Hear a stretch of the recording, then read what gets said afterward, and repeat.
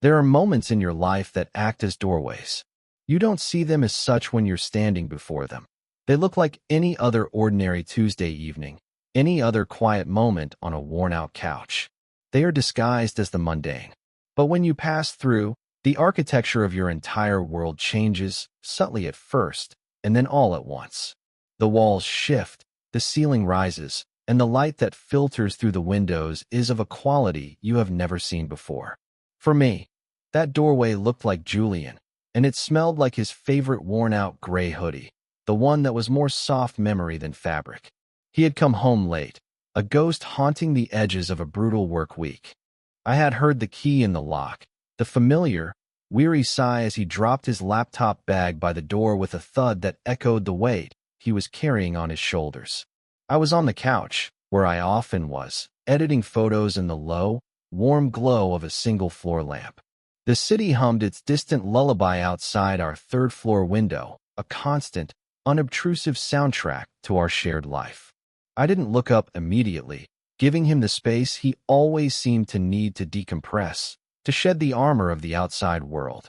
He moved through the apartment with a listless energy, the sound of the refrigerator opening and closing, the soft pad of his socked feet on the hardwood floors. I kept my eyes on the screen, tracing the curve of a shadow on a subject's face, but my awareness was a compass, and its needle was fixed on him. Every sound was a map of his exhaustion. Finally, he drifted into the living room, a silhouette against the dim light from the hallway. He didn't speak. He just stood there for a long moment, watching the shifting colors on my laptop screen. Then, with a movement that was both heavy and delicate, he shrugged off his hoodie. It was his comfort object, the one he wore until it was threadbare, the one that held the faint, clean scent of his laundry detergent mixed with something that was just intrinsically him. I expected him to toss it over the back of the chair, his usual spot. Instead, he took a step closer to the couch, and with an exhale that seemed to carry the entirety of his day, he let it fall. It landed on me, a soft, gray weight settling over my chest and lap. The sudden warmth of it, the familiar scent of it, was so unexpected it made my breath catch in my throat. My fingers froze over the trackpad. I looked up at him then. His face was lost in the shadows, but I could feel the intensity of his gaze. The air in the room thickened, charged with a question that hadn't been spoken. The hoodie was a strange kind of offering, an anchor, a blanket. It was a gesture that existed outside the established vocabulary of our friendship. We had a language, Julian and I, built over years of shared spaces and easy silences. It was a language of knowing glances, of coffee mugs left on desks, of inside jokes muttered under our breath. This was a new word, and I didn't know its definition. My heart began a slow, heavy drumbeat against my ribs, a nervous rhythm beneath the soft cotton of his hoodie. He stood there, unmoving, and the silence stretched, pulling taut between us. And then, he finally spoke. His voice was quiet, stripped of its usual bright energy, scraped raw by fatigue. It was barely a whisper, aimed not at the room, but directly at me, at the space between us. Can I sleep in it?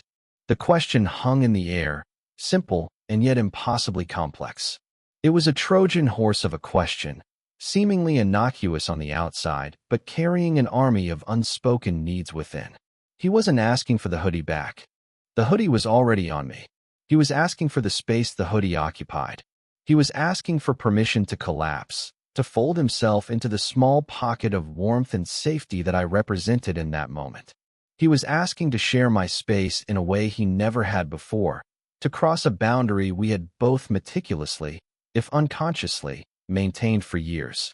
It was the moment the ordinary door swung open, and I knew, with a terrifying and exhilarating certainty, that if I said yes, the room on the other side would be different. I knew that if I let him in, I might never be able to show him the way out again.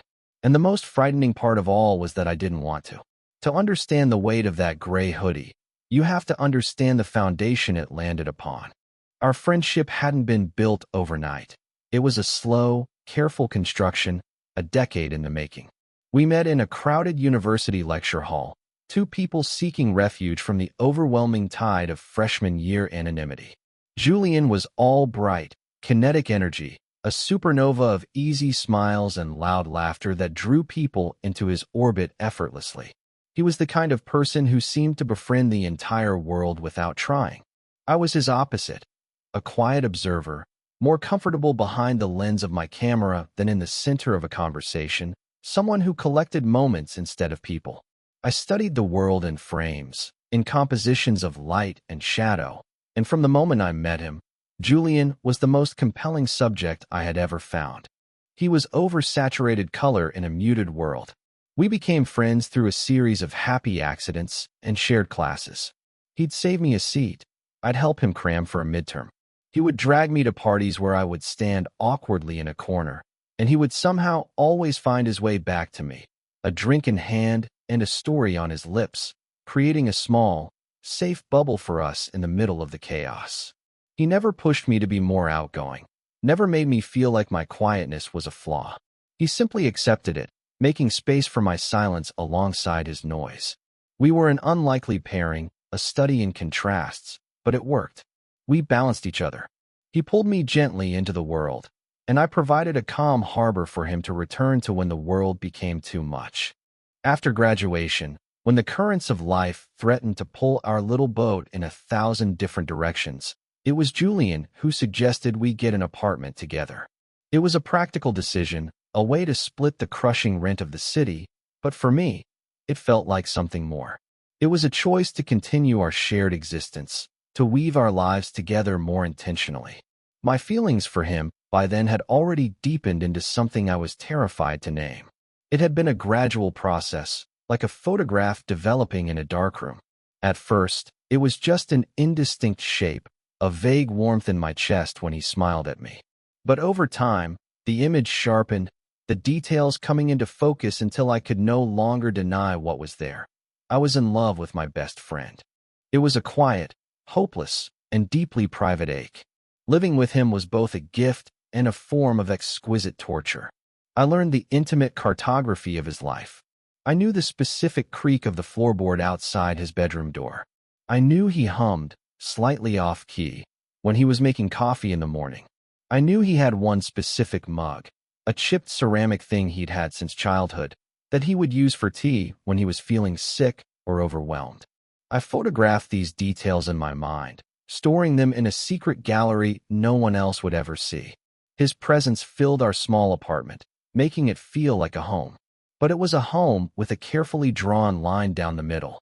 There was his life, and there was my life, and the space between us was a gulf of unspoken truths. The hardest part was watching him date. There had been a few women over the years, but the most serious was Clara. She was nice enough, smart and funny, and she seemed to make him happy. I tried to be happy for him, and on some level, I was. But every time he left for a date, dressed in his good coat and smelling of a cologne I wasn't used to, a small, selfish part of me withered. When she would stay the night, I would lie awake in my own bed, the silence of my room feeling cavernous, listening for the sound of her laughter from behind his closed door. That door became a symbol for me, a physical manifestation of the boundary I could not cross. It was a constant reminder of the part of his life, the part of his heart, that would never be mine. I became an expert at smiling politely, at asking the right questions about their weekend trips, at retreating to my room to give them space. I protected my secret with a fierce, desperate vigilance, because the friendship we had was too precious to risk. It was everything. To lose it would be to lose my anchor, and I was terrified of drifting. I channeled my feelings into my work. I took portraits of strangers, trying to capture the flicker of love or longing in their eyes, all the while hiding my own. My photography was about finding the profound in the mundane, about revealing the hidden emotional architecture of a person or a place. In a way, I was doing the same thing with Julian every day. I was studying him, documenting him, loving him in the only way I knew how, quietly and from a safe distance. Our friendship was a beautiful, stable thing, a perfectly composed photograph. But it was a photograph taken from behind glass, and I was always on the other side. That was the foundation. That was the carefully balanced world that existed before the night he came home, undone and exhausted, and dropped his hoodie on my chest like a white flag, a symbol of his unconditional surrender to a need he couldn't yet name. The shift began subtly, as most seismic changes do. It wasn't a sudden earthquake, but a slow, almost imperceptible drift of tectonic plates. The catalyst was, as it so often is, a heartbreak. Julian and Clara broke up. It wasn't a dramatic, explosive ending, but a slow fizzle, a relationship that succumbed to the pressures of divergent paths and unspoken resentments. Julian never talked about the details, not really. He wasn't one to dissect his emotions aloud. Instead, he presented it to me as a simple fact one evening, his voice carefully neutral as he stared into the depths of his beer bottle.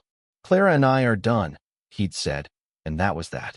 He offered no further explanation, and I knew better than to press for one. My role had always been to provide silent support, not to pry.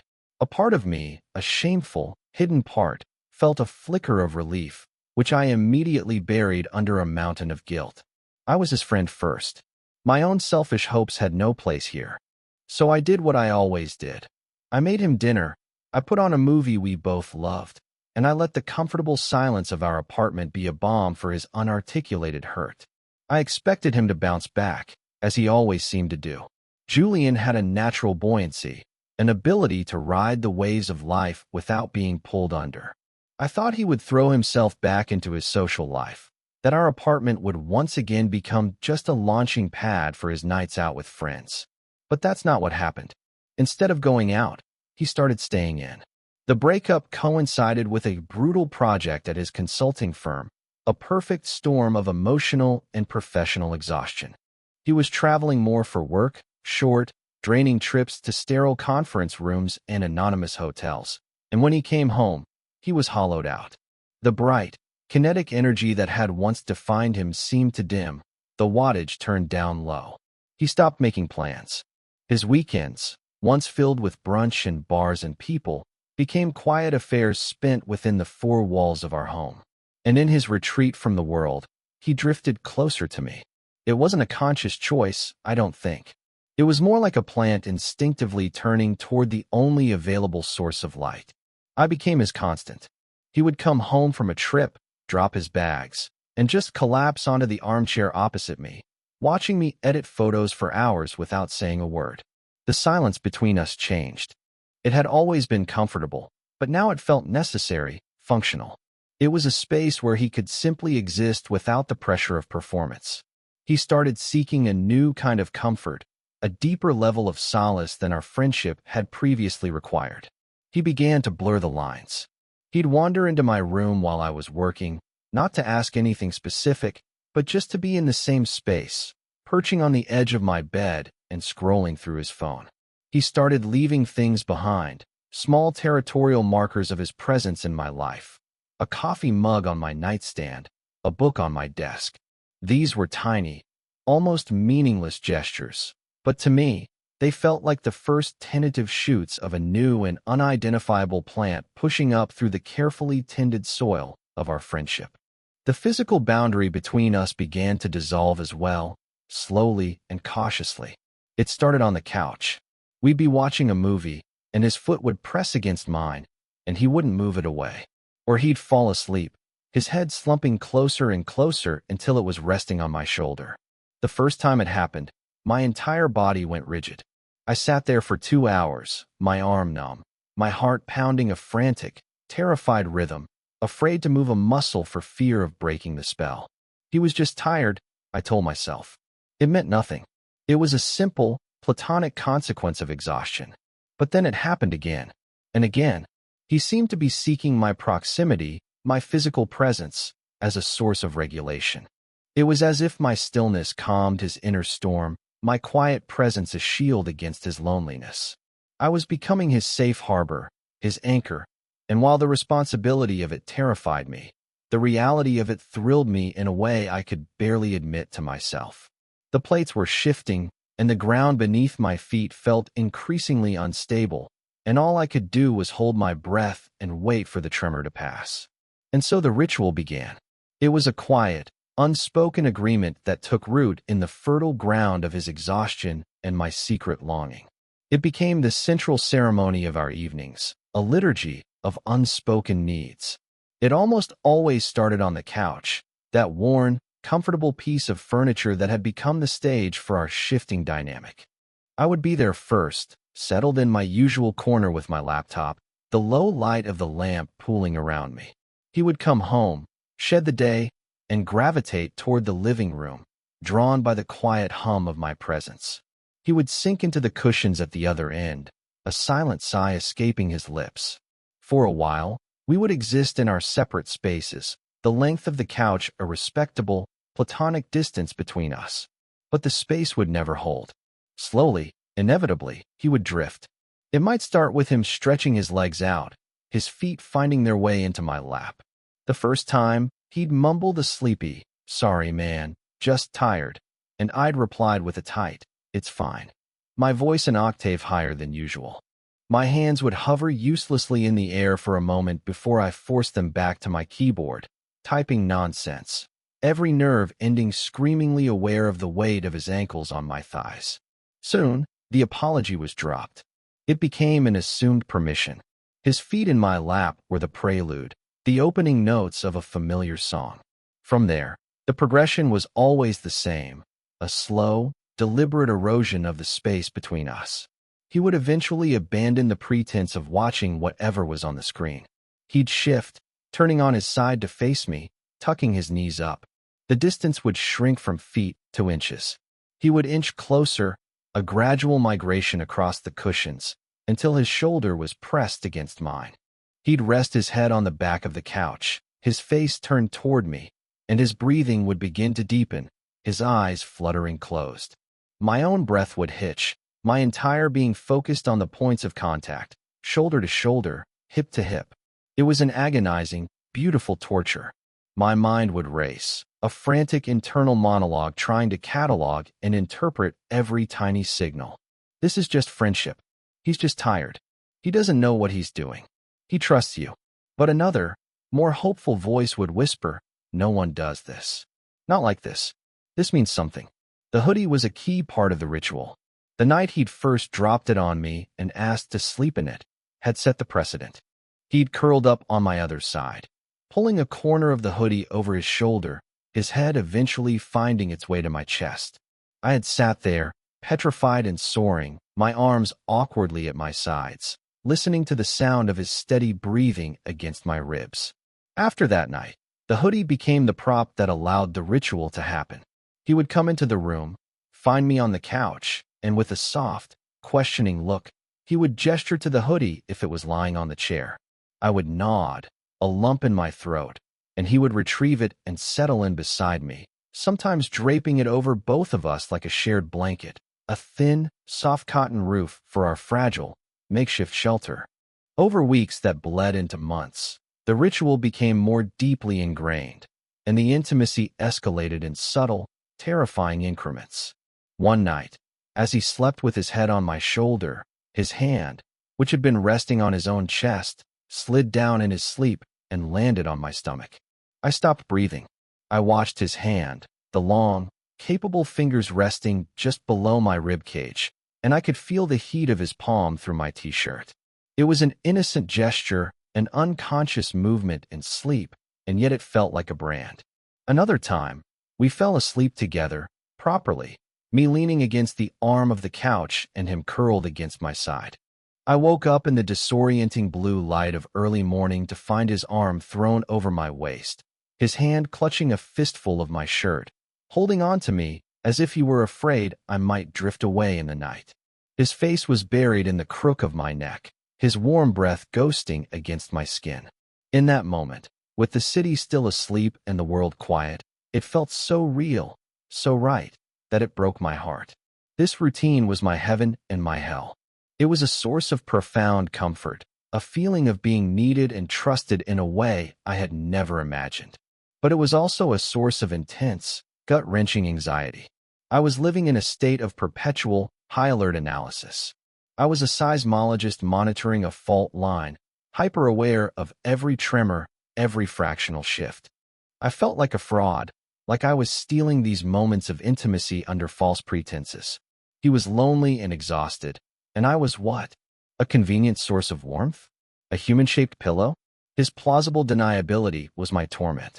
Because he was often half asleep, because he was always so tired, he could exist in this gray area without ever having to acknowledge what was happening. And because I was so terrified of losing him, I never dared to name it either. We were building a house together in the dark, our hands fumbling over the same pieces, neither of us willing to turn on the light for fear of seeing what it was we were truly creating. The crossing happened on a Sunday. It had been a quiet, lazy day, the kind that feels suspended in time. A steady autumn rain had been falling since morning, slicking the streets to a glossy black and drumming a soft, hypnotic rhythm against our windows. We hadn't left the apartment. We'd made pancakes for a late breakfast, the kitchen filled with the comfortable silence of two people who know how to share a space without needing to fill it with noise.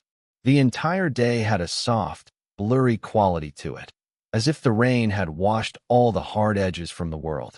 By evening, we were on the couch, deep in the heart of our ritual. The television was on, playing some moody detective show we weren't really watching.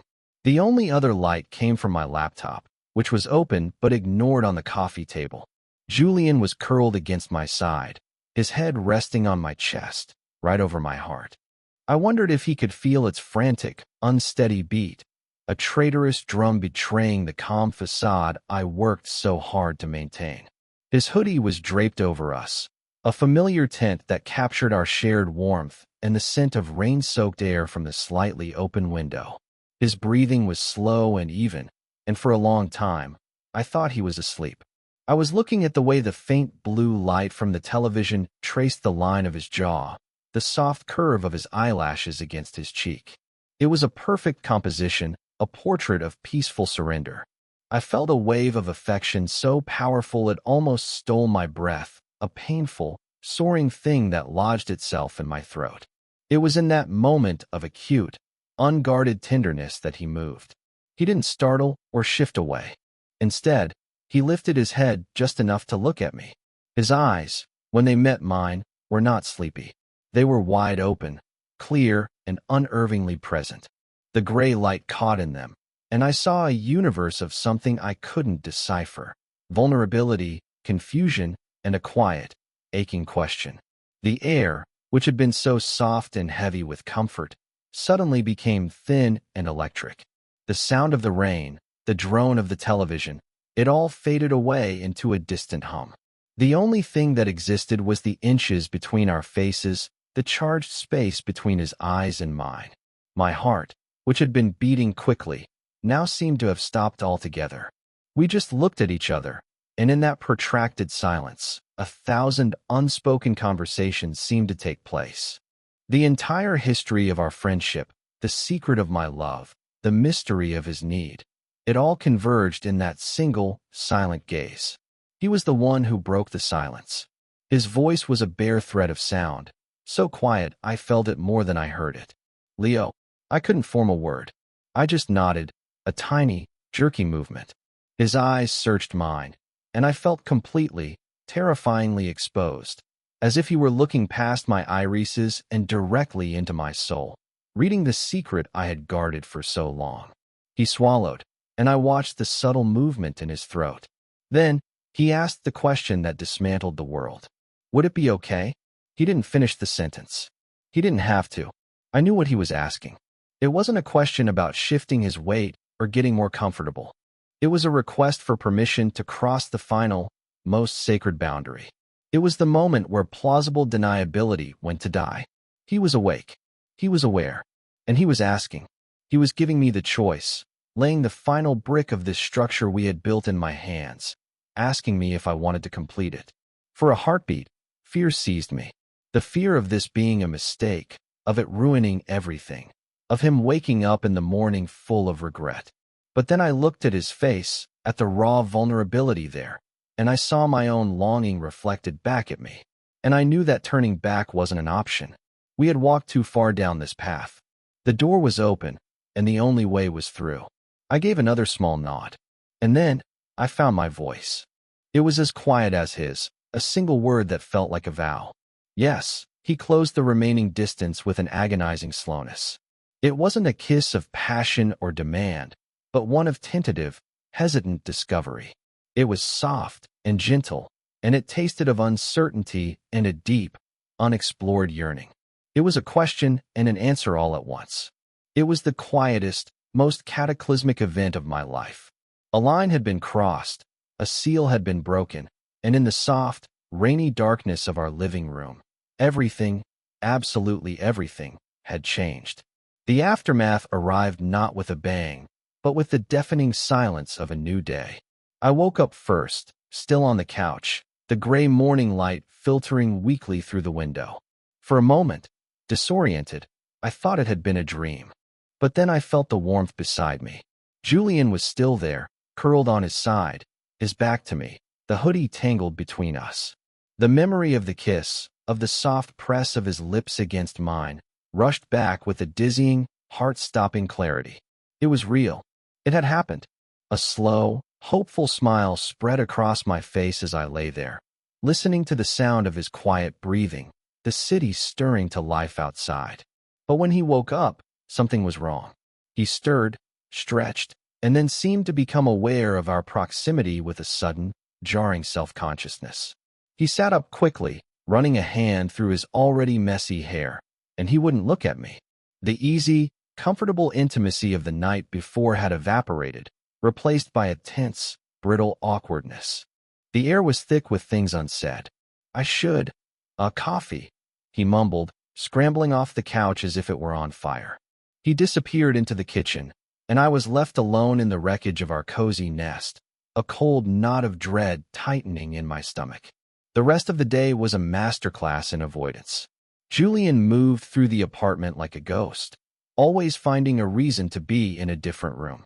He made a phone call, his voice low and urgent. He took an unusually long shower. He tidied his room with a frantic, focused energy. He was building walls, brick by painful brick, and I was on the other side, watching him do it. Every attempt I made at conversation was met with a clipped, monosyllabic response. The open, vulnerable man from the night before was gone, replaced by a polite, distant stranger who happened to share my address. My hope began to curdle into a familiar, bitter cocktail of anxiety and hurt.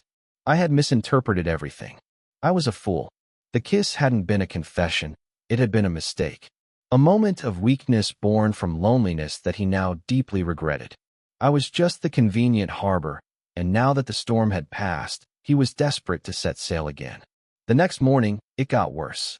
I woke up to find a note on the kitchen counter, scrawled on a torn piece of paper in his messy handwriting.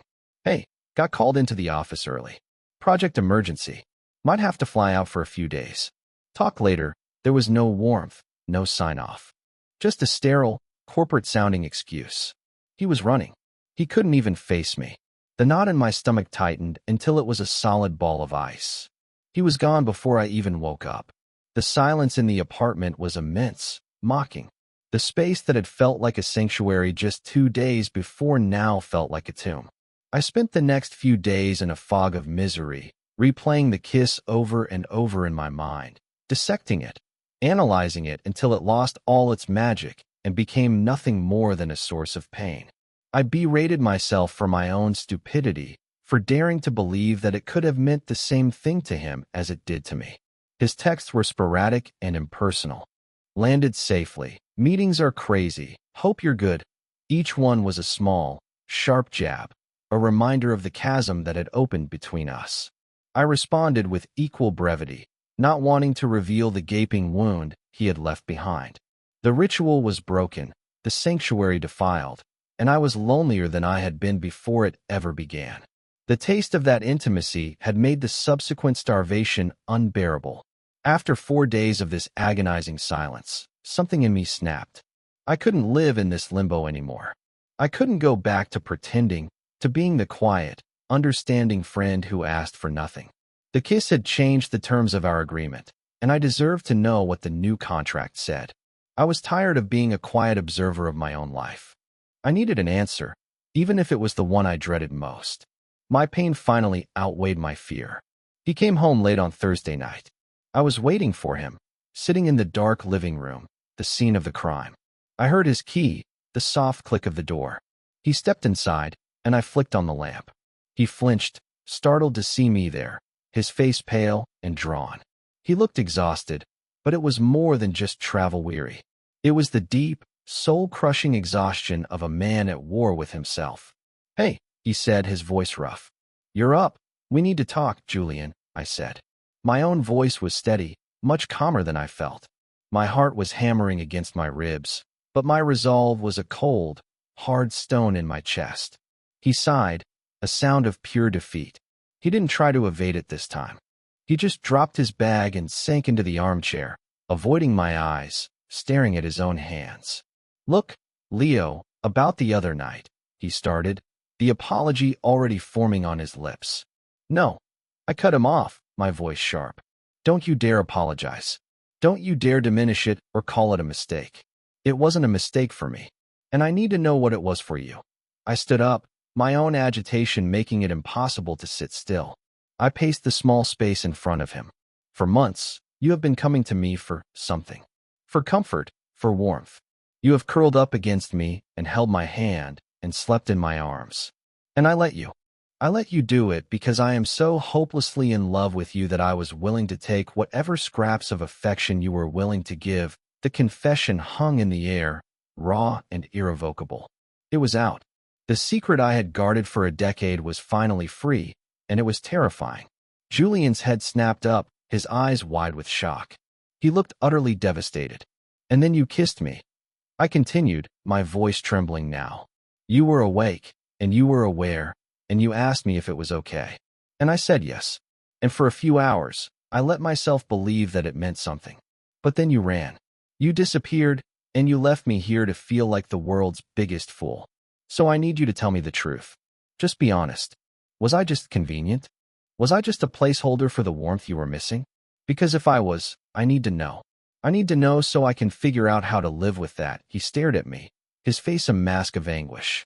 Tears welled in his eyes, and he quickly looked away, ashamed. When he finally spoke, his voice was thick with unshed emotion, broken and fragile. "No," he whispered. "God, no, Leo. It's not that. It was never that." He buried his face in his hands, his shoulders shaking. "I'm so sorry. I'm so scared. What happened between us, it felt more real than anything I've ever felt with anyone. And it terrifies me. I don't know what it means. I don't know who I am anymore. Coming home to you, being with you, it's the only time I feel like I can breathe. It's the only thing that feels safe. And when I kissed you, it was like everything just clicked into place. It was the most right thing I've ever done. And that's what scared me the most. So I ran. Because I'm a coward." He looked up at me then, his eyes pleading, tears tracking paths down his face. "It wasn't a mistake," he said, his voice cracking. "It was the first honest thing I think I've done in years. I'm in love with you, too. I think I have been for a long time, and I was just too stupid and scared to see it. And I am so sorry that I hurt you." The fight went out of me, replaced by a wave of dizzying, overwhelming relief. All the anger, all the hurt, it all just dissolved, washed away by the raw, painful honesty of his confession. He wasn't running from me. He was running from himself. I crossed the room and knelt in front of his chair, and without a word, I pulled his hands away from his face and held them in mine. He clung to me, his grip desperate.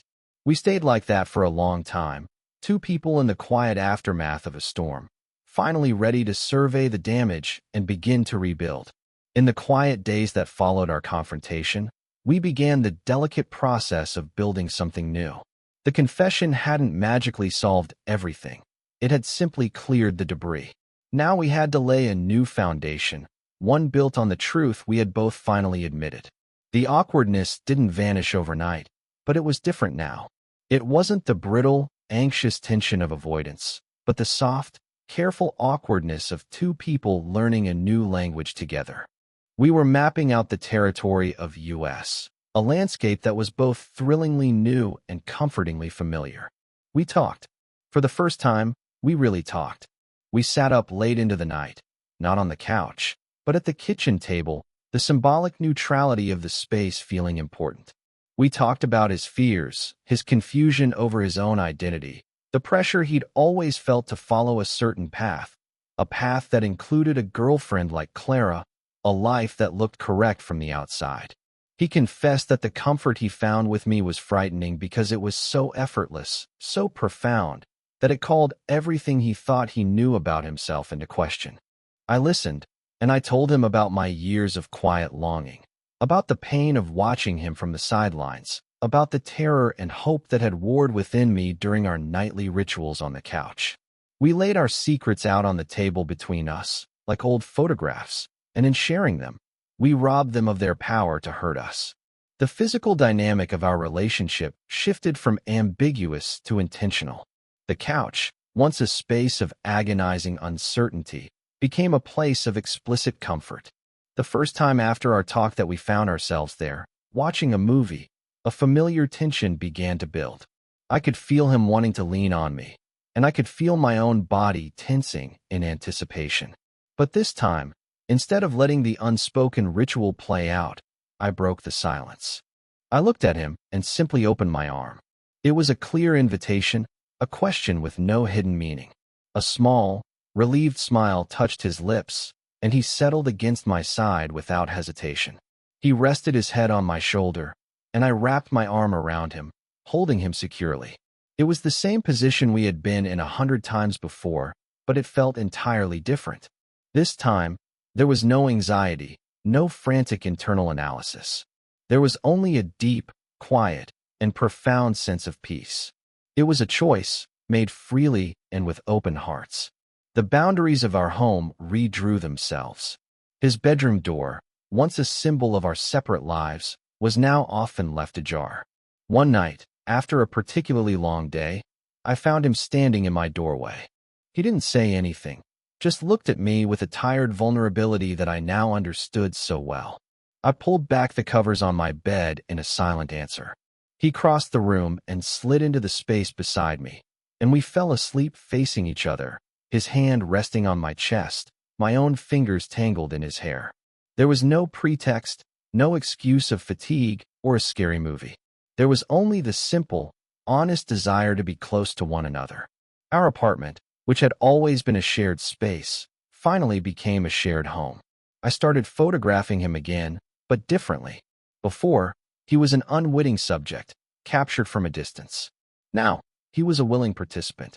I took pictures of him in the soft morning light as he made coffee, his face relaxed and content.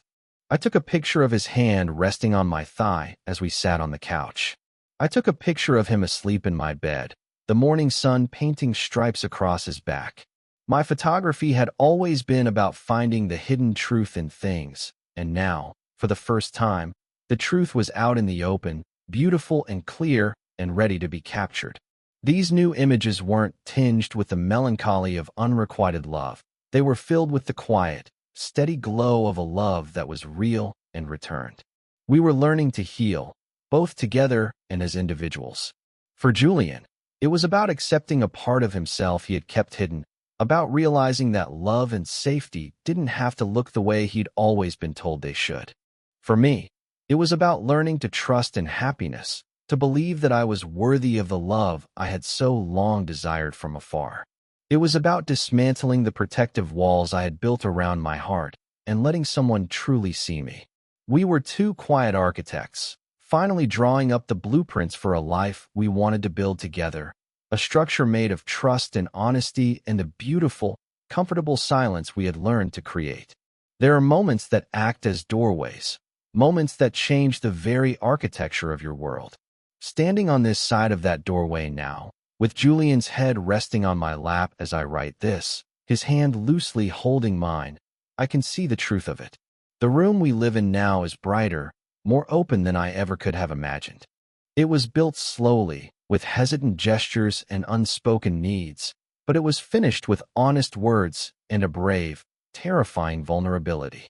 It started with a boy and his hoodie, a silent offering in the dark, a plea for a safe harbor, and I had simply answered yes. I had let him in, and in doing so, we had both, finally, found our way home.